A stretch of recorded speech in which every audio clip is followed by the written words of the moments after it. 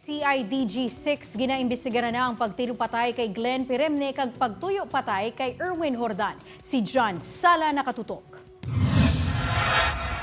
Luyag padalaman sa Criminal Investigation and Detection Group 6 ang investigasyon sa likod sa pagtiro patay kay Anay Iloilo Fishport Complex Health and Sanitation Chief Glenn Piremne kag pagtuyo patay kay Port Head Security Erwin Jordana.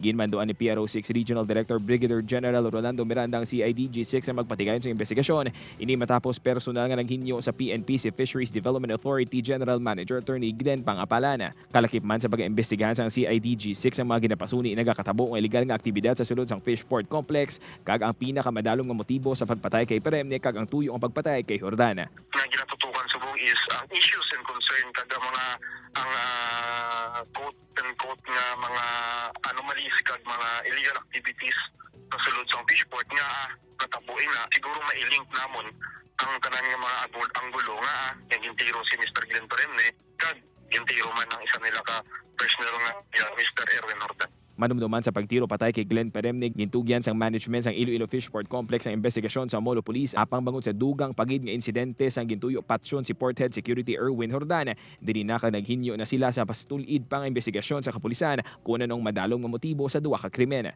Ang ila diri they will be focusing on the root causes kung may ara gid man diri they would interview a lot of people here. They would be